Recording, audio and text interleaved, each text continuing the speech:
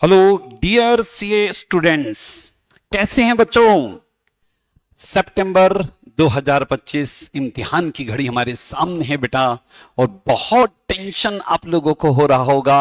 Target पूरे नहीं हो रहे होंगे, मन में डर होगा, डिप्रेशन, एंजाइटी, और इस तरह से टेंशन में होंगे कि यार चारों सब्जेक्ट रिवीजन पूरे नहीं हो पा रहे हैं। लेकिन बेटा डरने की जरूरत नहीं है। अब वक्त ये आ गया है कि हम अपने आप को समेटें और बहुत ही प्लान मैनर में, सिस्टमेटिक मैनर में हम अपनी स्टडी की ओर जाएं। आता सब है, आपको कॉन्फिडेंस से रखना है बच्चों आप लोगों को। और मैं आप लोगों को एग्जाम के ठीक 5 दिन पहले, यार लास्ट मोमेंट जो स्टडी होते हैं, जो कि हम लोगों के लिए बहुत काम के होते हैं, यहां बच्चों के दिमाग में डर इस बात का होता है हाउ टू पढ़ें, व्हाट टू पढ़ें, कैसे पढ़ें, कैसे स्टडी करें। तो चलो जी एक छोटा सा अपन एक डिस्कशन करते हैं। जस्ट 5 से 7 मिनट का डिस्कशन हम करते हैं, जिससे कि आप लोगों के लिए बेनिफिशियल हो और आप लोगों के लिए एक एक मिनट काम का हो। स्टार्ट करते बेटा। जैसे आज की अगर अपन बात करें बेटा, तो आपके पास अंतिम 5 दिन बचे हैं बच्चों। डरने की बात नहीं है, बस एक एक मिनट को हमें उपयोग करने की बात है। मेरे हिसाब से आपको क्या काम करना चाहिए बेटा, आखिरी के 3 दिन तो हम अकाउंट के लिए रिजर्व कर देते हैं, जिसमें 3 दिन हम अकाउंट सब्जेक्ट को बिल्कुल दबा के पढ़ेंगे, अच्छे से स्टडी करेंगे, परफेक्ट करके फोड़ डालेंगे और 90 प्लस के टारगेट पे चलेंगे। लेकिन अभी जो बचे हुए 2 दिन है बेटा, वो इन 3 पेपर को देना बहुत जरूरी हो गया बच्चों। वो इन 3 पेपर को देना इसलिए जरूरी हो जाता है क्योंकि बाद में ये बेचारे 3 जो गरीब पेपर हैं, इनको सिर्फ स्टडी करने के लिए आपको एक एक दिन ही मिलेगा, और एक एक दिन की प्रिपरेशन के अंदर हम लोगों को वापस से इन पेपर को तैयार करके उतरना होगा। इको आपका 100 मार्क का है, क्यूए है, लॉ में इतनी कंसेप्चुअल डेप्थ के अकॉर्डिंग अपने को लिखना पड़ता है। तो मैं आप लोगों को सजेस्ट करूंगा कि यार फर्स्ट अभी जो अपने पास 2 दिन हैं, इसमें दोनों दिन में हम पूरे टाइम को, वर्किंग टाइम को बांट लें और इन 3 सब्जेक्ट को डेडिकेटेड कर दें। लास्ट के जो 3 दिन हमारे पास रहेंगे, उसमें दबा के हम लोगों को अकाउंट पढ़ना है। अब अकाउंट में भी पढ़ना है तो बहुत कुछ पढ़ चुके हैं, सबका समेटा कैसे करना है। तो अब देखो बेटा, पढ़ तो आपने सब लिया, लेकिन अब प्लानिंग से एक बार का रिवीजन करना बहुत जरूरी। कैसे, चलो जी डिस्कस करते। जैसे मैं आपके सामने प्लानिंग लेके चलता हूं। सबसे पहले हमने उठा लिया वो सेगमेंट जहां से इंस्टीट्यूट लगभग 27 मार्क का क्वेश्चन कवर करता है। जैसे आप उठा लीजिए बेटा, इश्यू ऑफ शेयर, फॉरफीचर, री इश्यू। पूरे अकाउंट सब्जेक्ट में कोई एकमात्र चैप्टर अगर फिक्स है जिसका कि क्वेश्चन आना है, तो एकमात्र ये चैप्टर, और अपने को पता है कि इस चैप्टर का क्वेश्चन आएगा। पिछले 4 अटेम्प्ट उठा के देख लो, हर बार 15 नंबर का क्वेश्चन। ये 4 अटेम्प्ट तो रिवाइज्ड सिलेबस के हो गए, इसके पहले के सिलेबस में भी आप उठा के देखोगे तो कंटिन्यूअसली 15 नंबर का क्वेश्चन इस चैप्टर का आता रहा है। जबकि अकाउंट के अंदर आप देखो 10 नंबर 8 नंबर के क्वेश्चन आते हैं, और ये चैप्टर से जब 15 मार्क का क्वेश्चन अपने को तय है और हमने इतने तमाम क्वेश्चन किए हैं, तो सबसे पहले शुरुआत इससे करो ताकि 15 मार्क का हम लोगों का सिक्योरिटी बन जाए। इसके बाद आप उठा लो जी redemption of preference share. Redemption of preference share basically देखा जाए 2 अटेम्प्ट पहले 15 नंबर का क्वेश्चन पूछा हुआ था, पिछले 2 अटेम्प्ट से इस चैप्टर को नहीं पूछा है, तो इस बार इसकी प्रोबेबिलिटी बन जाती है और ये कहीं ना कहीं 10 नंबर का क्वेश्चन यहां से बनने की संभावना है। हाँ, रिडम्पशन ऑफ डिबेंचर, इसको पिछले 2 अटेम्प्ट में पूछा हुआ है। बोनस या राइट इश्यू, इसको ठीक लास्ट अटेम्प्ट में 10 नंबर का पूछा हुआ है, इसे चांसेस थोड़ी से कम बनते हैं, लेकिन आईसीएआई है, हम रिस्क नहीं ले सकते। तो फटाफट बेटा ये पहले बंच को हमने कवर करा। ये पहले बंच को कवर करके स्टडी मटेरियल के क्वेश्चन आप अच्छे से कर लीजिए। स्टडी मटेरियल हम लोगों के लिए गीता के समान है। मैंने आप लोगों को उसके अलावा एमटीपी आरटीपी, जो रिसेंट एमटीपी आरटीपी, उसके क्वेश्चन भी कर लीजिए। आप मान के चलिए सीधे 27 मार्क हमारे पॉकेट में। ये पहला सेगमेंट कंप्लीट करा। दूसरा बंच आप उठा लीजिए। दूसरे बंच के अंदर हमारे सामने आता बेटा final account, single entry, NPO.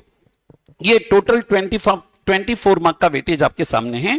यहां इंस्टीट्यूट ऐसा कॉम्बी बना देता है, 10 नंबर का फाइनल अकाउंट दे दिया, 10 नंबर का सिंगल एंट्री, या 4 नंबर, या 4 नंबर 10 नंबर 10 नंबर, या 10 नंबर 4 नंबर 10 नंबर, ऐसा कुछ भी परमिटेशन कॉम्बिनेशन बना देता है।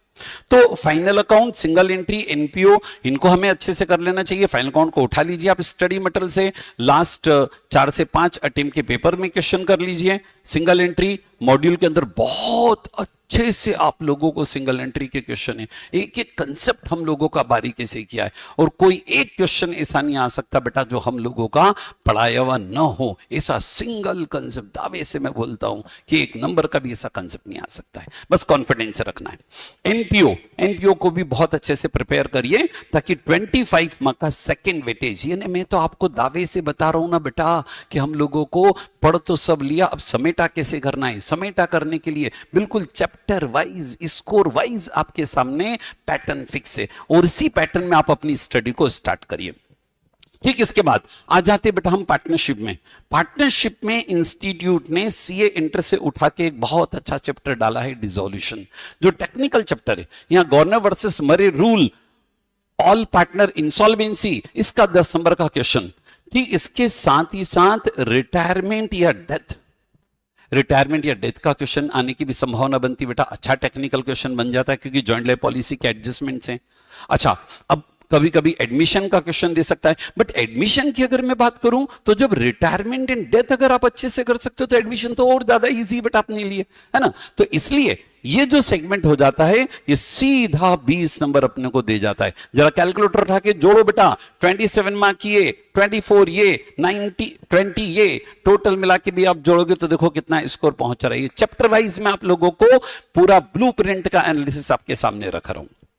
फिर इसके बाद आता है एक हमारा बेहतरीन क्वेश्चन जो कि अपने पेपर का क्वेश्चन नंबर 1 होता है, कंपलसरी क्वेश्चन।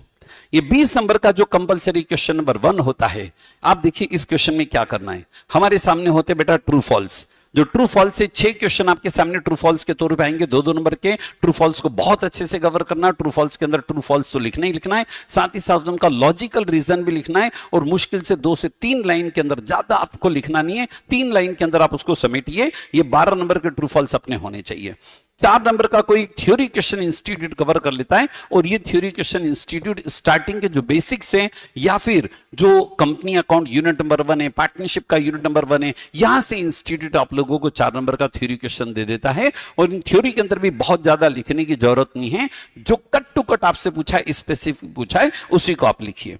4 नंबर का एक न्यूमेरिकल क्वेश्चन इंस्टीट्यूट स्टार्टअप के तौर पे आप लोगों को दे देता है, जिसमें बैंक रिकंसिलिएशन का क्वेश्चन हो गया, रेक्टिफिकेशन ऑफ एरर का क्वेश्चन हो गया, बिल्स ऑफ एक्सचेंज का क्वेश्चन हो गया, या कैश बुक में पेटी कैश बुक का क्वेश्चन हो गया, जनरल एंट्री में जीएसटी से रिलेटेड जनरल एंट्रीज हो जाती है। ये 20 मार्क का क्वेश्चन हम लोगों के लिए स्कोर प्रोवाइडिंग है। ICAI बच्चा आपका दुश्मन नहीं है, वो आपको पास कराना चाहता है, बस पॉजिटिव मोड में स्टडी करके आपको एग्जाम देना है।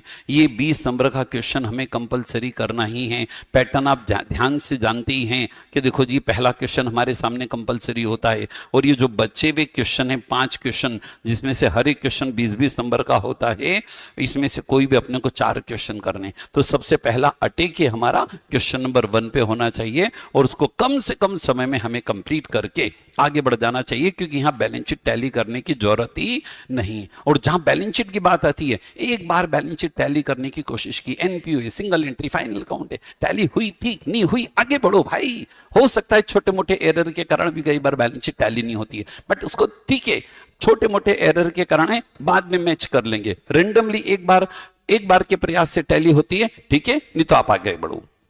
चलिए बेटा, अब इसके बाद देखिए ध्यान से, 27 मार्क आपके सामने, इसके बाद 24 फिर 20 यानी 91 मार्क का पेपर तो मैंने आपको चैप्टर वाइज एक एनालिटिकल व्यू के सामने आपके सामने रख दिया। अब फिर आ जाइए बचे हुए रिमेनिंग चैप्टर्स की ओर। बच्चे भी रिमेनिंग चैप्टर पे जाते हैं। आप इन्वेंट्री उठा लीजिए, बहुत अच्छा इंपॉर्टेंट चैप्टर है। इन्वेंट्री के अंदर बेसिक लेवल का क्वेश्चन पूछना है तो लिफो फीफो तक चला जाता है इंस्टीट्यूट। टेक्निकल क्वेश्चन पूछेगा तो स्टॉक टेकिंग पे जाके बहुत अच्छे यूनिक क्वेश्चन इंस्टीट्यूट वहां से निकाल सकता है। फिर बिल्स ऑफ एक्सचेंज में जाइए, बिल्स ऑफ एक्सचेंज में जो 6 कॉम्बिनेशन बनते हैं वहां इंस्टीट्यूट एक बेसिक लेवल का क्वेश्चन पूछेगा। लेकिन म्यूचुअल एक्मेडिशन का क्वेश्चन दिया तो आप याद करिए, मैंने आपको 9 स्टेप बताइए और 9 स्टेप के अंदर म्यूचुअल एक्मेडिशन का यूनिक क्वेश्चन बनता है, वो 9 स्टेप से से बाहर आपके सामने क्वेश्चन नहीं जाएगा। बैंक रिकंसिलिएशन, ये भी इंस्टीट्यूट के फेवरेट चैप्टर में से एक है। यहां से भी इंस्टीट्यूट बैंक रिकंसिलिएशन का 10 एक नंबर तक का क्वेश्चन, लेकिन थोड़ा सा लेवल अगर उसको एनहेंस करना है तो करेक्टेड कैश बुक पे चला जाता है। रेक्टिफिकेशन ऑफ एरर, यस, ये तो बहुत अकाउंट में बादशाहत साबित करने वाला चैप्टर है। यहां पर भी इंस्टीट्यूट आपको क्वेश्चन देगा, लेकिन अगर एडवांस क्वेश्चन उसको पूछना है तो ऐसे केस में पास्ट ईयर एरर, जो कि नेक्स्ट ईयर हम लोगों को आइडेंटिफाइड होते और नेक्स्ट ईयर हम उसको पीएनएल एडजस्टमेंट अकाउंट के थ्रू करेक्ट करते हैं, रेक्टिफाइड करते हैं, वहां से इंस्टीट्यूट क्वेश्चन कवर करेगा। देन डिप्रिसिएशन है, और उसके बाद रिमेनिंग अदर छोटे छोटे जो चैप्टर्स हैं जिसमें इश्यू ऑफ डिबेंचर हो जाता है, वैल्यूएशन ऑफ गुडविल हो जाता है, पार्टनरशिप फॉर्म का यूनिट नंबर 1, उसके बाद सब्सिडरी बुक, सब्सिडरी बुक के अंदर भी पेटी कैश बुक, कई बार जनरल एंट्री जो जीएसटी बेस्ड जनरल एंट्रीज हैं, इनको हम लोगों को करना है। तो देखो जी, मैंने आपको एक सीक्वेंस दे दी है, इसी सीक्वेंस के अकॉर्डिंग हम लोगों को स्टडी करना है और बहुत अच्छे से स्कोर करना पॉसिबल है बेटा। और आप तो जेनजी जनरेशन हो, आप तो जब नेपाल में तख्ता पलट कर सकते हो तो आईसीएआई का तख्ता पलट करना तो आपके लिए बहुत आसान है बच्चा। घबराने की जरूरत नहीं है, डरने की जरूरत नहीं है। बस एक आपको हिदायत भी मैं दे दूं, जेनजी जो जनरेशन है, आप स्मार्ट हो, टैलेंटेड हो, चीजों को इशारे में समझते हो, लेकिन आपके सामने उतने ही डिस्ट्रैक्शन करने वाले फैक्टर्स हैं, उनसे आपको अलर्ट रहना है। जैसे आपका अपना मोबाइल ही आपके लिए बहुत ज्यादा डिस्टरबेंस का कारण है।